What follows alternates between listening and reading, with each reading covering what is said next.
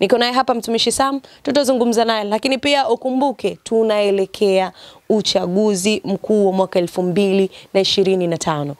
Je, kile ambacho kinapiganiwa sana kwenye mitandao ya kijamii kitakuwa hicho? Mimi naitwa Laina, hii ni Bengo TV, kaa nami. Habari za maisha mtumishi? Salama, tumshukuru Mungu. Habari za uzima? Salama, Mungu ni mwema. Kwa kuonana kwa wakati mwingine tena. Kwa ni jambo la heri sana. Ni jambo la kumshukuru Mungu. Wengi walitamani kuiona siku hii lakini hawajaiona. Ndio. Pumzi imekuwa shida sana kuipata kwa wakati huu. Ndio. Sawa. Mtumishi, natamani tuanzie hapa. Kuna vitu vingi sana ulivitabiri mwanzoni mwa mwaka huu na pia mwishoni mwa mwaka, na vingi vimekuwa vikitokea kwa asilimia kadhaa. Natamani tuanzie kwenye hiki tunachokielekea mbele yetu. Tunaelekea uchaguzi mkubwa 2025. Kumekuwa na sintofahamu nyingi mitandaoni, kumekuwa na kila aina ya fujo. Huyu anazungumza hiki, huyu anazungumza hiki, huyu anazungumza hiki. Na nadhani pia ulisema huu mwaka utakuwa mwaka mgumu sana. Tuendelee kuombea mwaka wetu amani, hasa kwa nchi yetu ya Tanzania. Tuje kwenye hili. Kuna kipi ambacho tayari umeshakiona kwenye uchaguzi wa mwaka 2025? Unajua uzuri ni kwamba niliongelea swala la uchaguzi huu kwamba serikali yetu iliyoko madarakani kwamba huu mwaka utakuwa na wakati mgumu sana. Ni kitu ambao niliongea na hisi ni mwisho wa mwaka jana. Na kitu ambacho kinakuja kila siku bado nasisitiza kwamba hali inayokuja ni ngumu sana katika taifa letu. Na hasa viongozi pia italeta chanzo ya wao kuuana. Umeelewa? Katika nchi yetu kitu ambacho mimi ningekitamani sana katika nchi yetu kwamba sisi viongozi wa dini tungesimama na nchi yetu kwa ajili ya ibada. Kwa sababu kinachokuja ni kizito sana. Sababu akitoweka mtu mmoja ametoweka nguvu kazi ya taifa. Na ameondoka mtu ambaye anaweza kaisaidia taifa. Kwa yoyote yule ambaye haitaki amani ya taifa ni anaipoteza familia yake pia. Sidhani kama kuna mtu ambaye mtu akifa yeye anafurahi.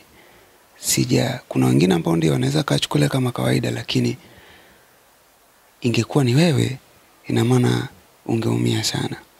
Kwa taifa tunapoelekea tuenda katika vita ambao sio nzuri, amani itakuwa ndogo sana, tena sana, na vifo vitakuwa vingi sana katika taifa letu. Kuna muomba sana Mwenyezi Mungu aweke amani. Mwenyezi Mungu atoe tamaa kwa wale wanaohitaji kitu.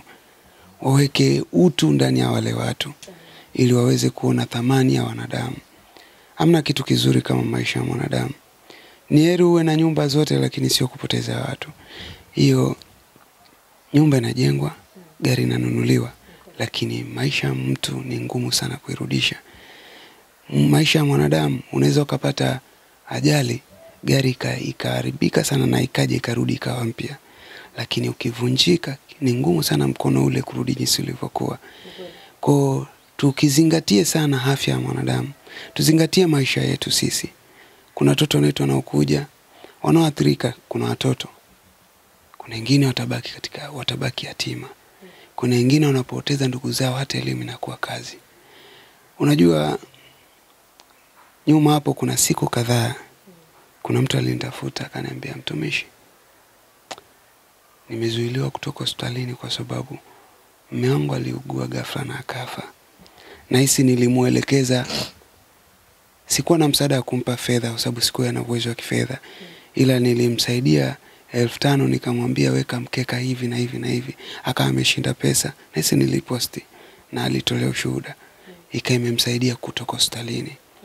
Kwa hiyo kuna watu wanaangamia ambao familia zinabaki yatima, familia zinabaki kukosa msaada.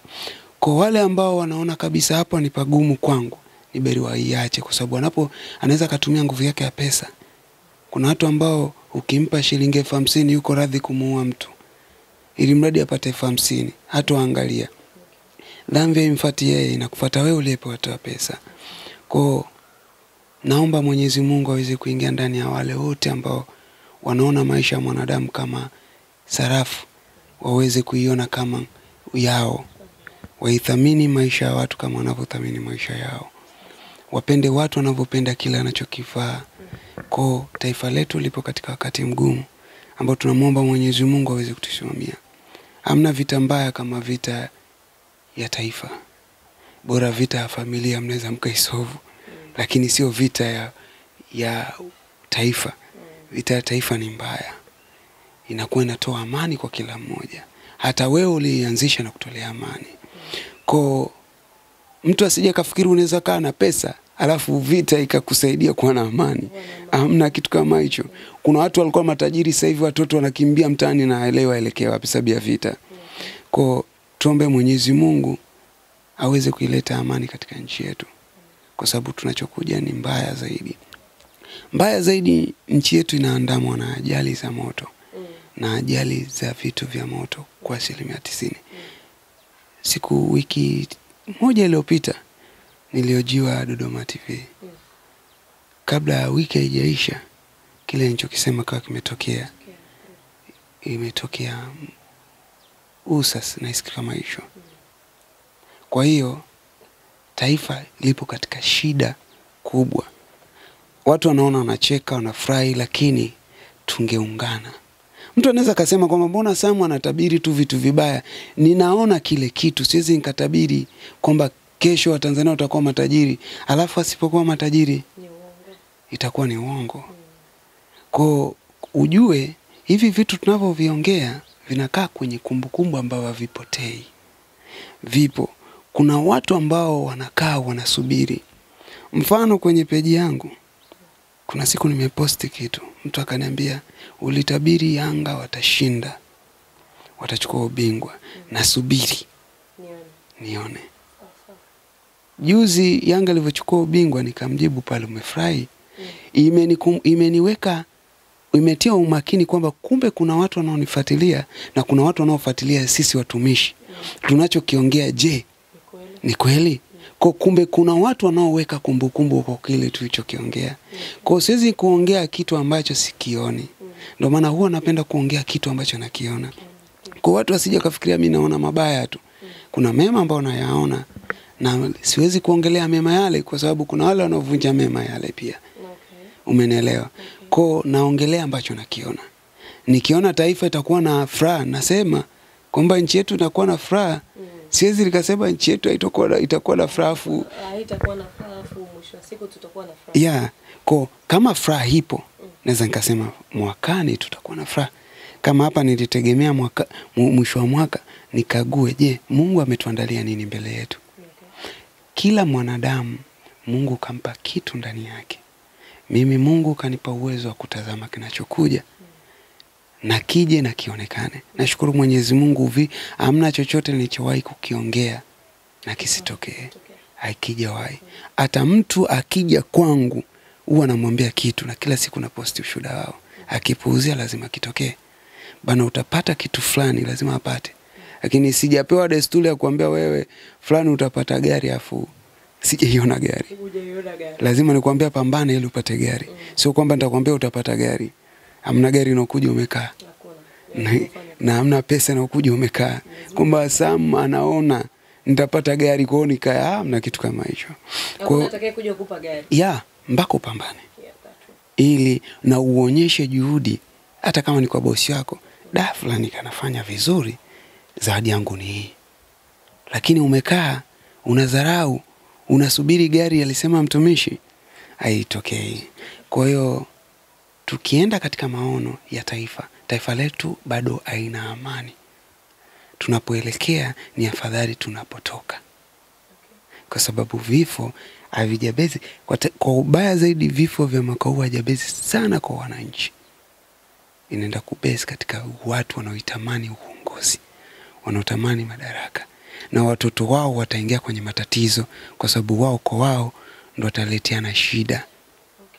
Kwa tuiombe taifa kwa sababu wale nao ni watu. Na wakipata tumepata. Kwa tuiombe taifa iwe katika amani. Usije kuwa na vifo zaidi. Hamna kitu kibaya kama vifo. Inatuacha katika wakati mgumu sana. Kwa tunaomba Mwenyezi Mungu atuwekee amani iweze kutawala ndani ya nchi yetu. Hamna kitu kikubwa kwenye maisha kama kuishi kama maisha ya toba. Watanzania tuishi katika maisha ya toba. Tuishi katika maisha ya kuomba. Maisha ya kusamehe pale unapokosewa. Maisha ila adui ambao una uwezo wa kumudu inabidi upambane naye, usimwachie Mungu. Pambana naye. Ili tuokoe yale ambayo yanatusibu, ili tuweze kuweka amani ndani yetu. Mtumishi, natamani tufahamu kitu kimoja ama utufafanulie pia. Tumeona ndugu zetu hawa wana mitandao, wengine ni mastaa, nao pia wako kwenye nafasi ya kuwania nafasi fulani ndani ya taifa. Wengi wao wanahisi kama kuna masihara fulani hivi. Kwa kiongozi ni wito. Pengine wewe kwa upande wako una maono ya kuona hawa wasanii wetu wakiingia kwenye uongozi na wakasimama kama vile ambavyo tunatamani wasimame? Kwa sababu tukitazama walioweza kusimama kwenye nafasi ya uongozi ni nahisi 2 ama 3 kama sikosei, ambao wapo mpaka sasa hivi. Wengine ni manaibu waziri, namzungumzia Mwanaifei na Niki wa Pili. Lakini kuna hawa wengine ambao ndio sasa hivi wanakuja, wana uwezo kusimama kwenye uongozi, wana uwezo kuwatumikia wananchi kama vile wanavyotaka, ikiwa tu wao wenyewe wanaishi kwenye maisha ambayo sio ya uhalisia. Yani nikwambia kitu. Ukimwangalia Professor Jay, kabla ya kuwa vile alikuwa ni msanii, lakini alikuwa ni mtu ambaye anaishi maisha yake. Maisha halisi. Ina maana ilimpa tiketi ya kumpeleka sehemu.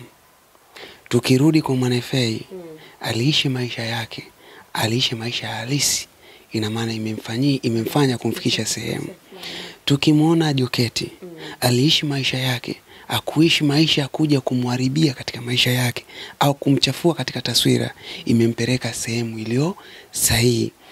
Ukimwona Niki, naye aliishi maisha ambayo haina taswira mbaya na ikampeleka sehemu. Unapojiandalia maisha yaliyo mema, ndio Mungu anakupa kibali ya kukuweka sehemu iliyo sahihi. Umeelewa? Unajua kuna wasanii wengine wanaoiona nchi yetu kama maisha ya mtandao. Hawaiheshimu nchi yetu kama watu wanavyotaka waheshimu nchi. Nchi ni taifa. Unajua taifa kuongoza watu kinahitaji karama kutoka kwa Mwenyezi Mungu. Wewe mwenyewe tu kuiongoza familia yako inakushinda. Je, nchi utaiongoza? Ni ngumu. Kujiongoza wewe mwenyewe inakushinda, unaenda kuongoza nchi? Nchi sio ya utani huu. Kuna wengine wanachukulia nchi yetu kama utani. Nchi imebeba watu ambao wanajitambua. Kuna wengine ambao wanachukulia nchi kama ya utani, wanachukulia yani mtu mwenyewe hata mahusiano yake tu yanamshinda kuongoza, mahusiano tu. Mtu anapelekeshwa na mwanamke wake tu, afata kuja kuiongoza nchi. Nchi sio utani huu. Yani kwa hiyo kuna wasanii wengine ambao mimi wafuatilia sana, nimeangalia katika mtandao wa kijamii kwamba wamechukua form. Mpaka anasema kuna watu ambao wanaichafua, yani wanashusha thamani ya chama pia. Ambao mimi kwa maombi yangu wa Mwenyezi Mungu, naomba hata Mwenyezi Mungu kwamba wale wanaitwa nani wajumbe, wakati hata kabla ya kufikia yani wasifike kokote. Jina lako ulilonalo sio jina lisababishe kwamba uwe kiongozi. Unaweza kuwa na jina afu usiwe na uwezo wa kuongoza watu. Kwa sababu jina haitumiki. Kuna watu wana jina, hayo majina walionayo leo hii, wakienda nchi za wenzetu hata Amerika hawajulikani. Yani hata mtu wa kumshangaa yupo. Hapa tu Tanzania tu kuna sehemu zingine ambao wengine nimeona wamechukua fomu.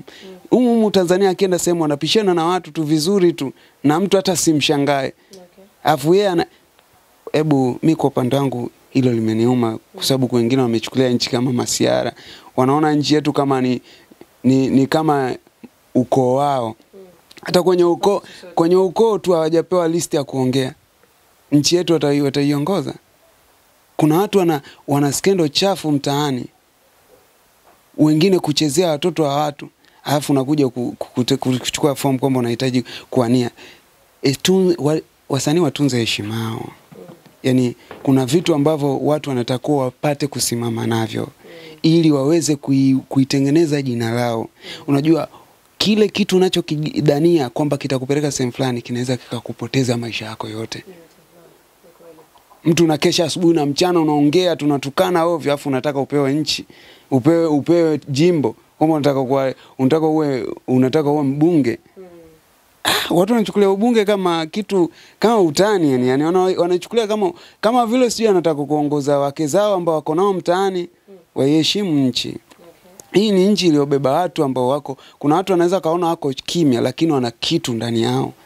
Kwa wangepunguza masiara na nchi yetu. Wao watu wengine wanaweza kaiona kwamba chama tawala ni mbovu. Kwa sio ubovu, ila kuna watu ambao wanatengeneza taswira ya kutaka kuivunja pia tena chama tawala kuonekana mbovu. Sababu kuna watu ambao hata wewe mwenyewe kwenye, yani wewe mwenyewe tu ukikao ukasema kweli huyu anachukua fomu. Yani wewe tu mwenyewe unasema hivi, unanionaje kwamba kuja kuwa mbunge wangu? Wewe mpigie kura huyu kweli? Mimi kuna mtu ambaye unajua kuna watu wengine ambao wamesababisha mpaka inasababisha naweza nataka achukua kitambulisho changu cha mpige kura nikitunze tu ndani. Kikae tu ndani kwa sababu ni masiara sasa. Kuna masiara ambayo hayapaswi mbele ya Mwenyezi Mungu. Hebu waache kuitezea nchi. Nchi ipate heshima yake, ithaminike pia. Yani unajua watu wadogo wadogo ndio wanaweza kachafua mazingira yakaonekana tofauti. Unaweza ukawa baba wa mji, alafu mtoto akawa mwizi. Utasikia kama huyu mwizi mtoto fulani, hiyo babake. Kumbe baba unamwekea mtoto wako misingi. Kwa watoto tusikilize. Kwa mimi kwa upande wangu katika wasanii ambao wamechukua fomu ambao ni maona ambao wanaweza kaenda ni wachache sana. Yaani ni wadogo sana. Lakini waliobaki hela hizo hata wangechukulia MB waweze kutumia kwa sababu wengi wao maigizo ni mengi kuliko kitu ambacho kipo. Bora sababu nikiangalia wengi ambao walikuwa wamesimama kwenye masuala ya sanaa waliojaribu kufanya hivi, ukifuatilia hata katika sehemu zao ni ngumu sana kunyooka. Kwa hiyo mimi kwa upande wangu niko na ushauri zile pesa ambazo wameweza, kwa sababu fomu ichukuliwi bure. Inachukuliwa na pesa. Hizo pesa bora wangesaidia wale wasiojiweza. Unajua watu wanakimbilia tu kwa watoto yatima. Kuna watu wako hospitalini wamekosa hata pesa ya kutoka hospitalini. Kuna watu wengine hata hela ya kununua dawa wanashindwa. Sasa hizo pesa wangeenda hospitalini, watu wanatembea hospitalini pale. Unasaidia wengine sababu watoto wa mtaani siku hizi kuna wengine ambao wamewekwa na watu ili wafanye biashara. Kwa waende hospitalini, kuna watu wengine hata